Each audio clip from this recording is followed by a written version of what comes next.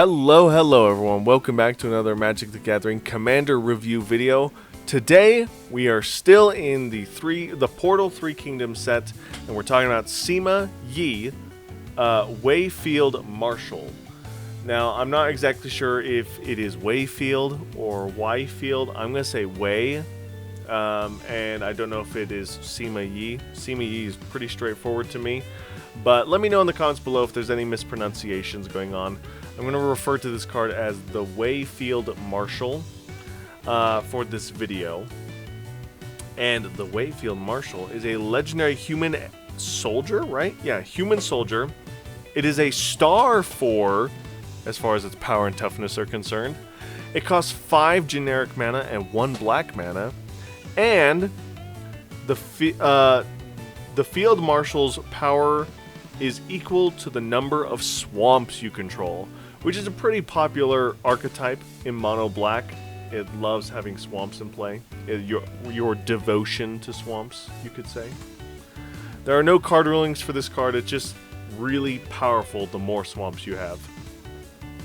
So, going on with that, whenever you put a swamp into play, let's get a little bit of card advantage or targeted removal or even just a small ping effect with Dread Presence.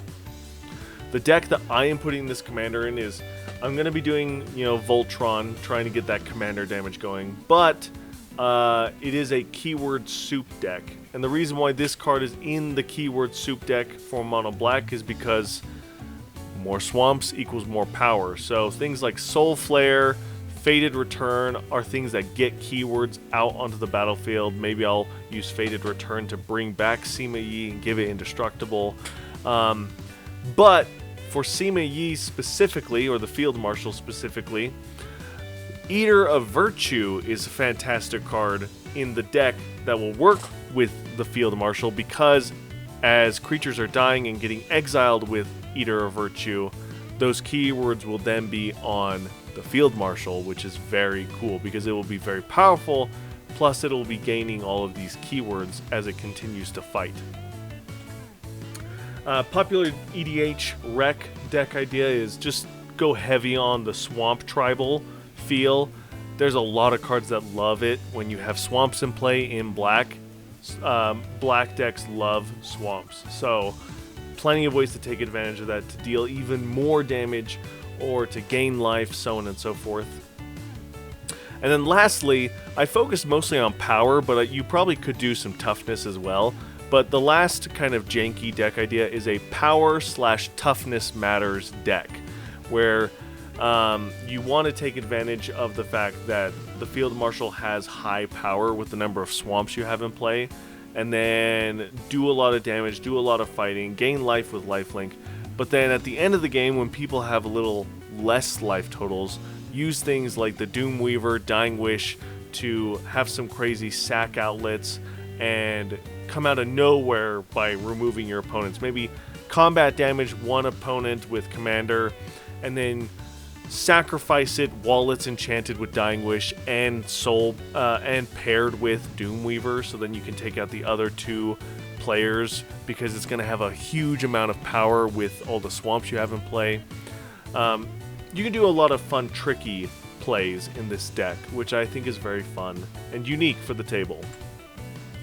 And that's going to do it for the Field Marshal.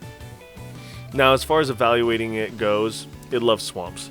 That's its strength. It loves swamps, and it's a very common and maybe not common nowadays, but it is a common enough effect in mono black that it is totally doable to build some powerful plays with swamp synergies. The downside, of course, is not really much that I know of. It's going to want to get targeted, really, but I felt silly putting targeted on every single card that wants to get targeted, because you're playing Magic. Of course it's going to get targeted by your opponents. That's how the game works. But he looks like he's reading a lot, so I put that he's reading a lot. He likes to read. He loves swamps, and he likes to read, So not a whole lot of weaknesses, honestly. There's no form of protection, which is the biggest weakness. And it's expensive. It's 6 mana, but at 6 mana you're going to get 6 power minimum. And it's only going to get stronger from there, so you know, have fun with it. Let me know if I'm misjudging the power of this card. I think it's cool. If anything, its biggest weakness is that it's just simple and plain. Like, it's nothing beyond 6 power minimum if you just every land per turn then play this card. So it's very basic, which a lot of these commanders in this set are. They're basic, but they do a lot of cool things. They're unblockable. They hit for a lot of damage. You can do crazy untap shenanigans with them. So let me know, as I said. And again, let me know if there's any mispronunciation, because I'm sure I have mispronounced a lot of these cards in this set. But overall, thank you guys so much for watching. Thank you guys so much for your support. I'm going to hope not to fall behind on videos again. Of course, I'm trying to take care of myself while I am busy with work and with this. So I want to make sure that that's all good and taken care of. But as long as I'm good and taken care of, I'm going to be making more videos for you guys, because I want to make more videos. I want to keep going on this Commander review. I want to make some other Magic the Gathering related content. Maybe go back to doing like rules videos where I'm going over just each and every single one of the rules. And I did a longer one a while ago, but maybe I'll do the rest of them short, like these ones, because I like making these short videos. They're a lot of fun.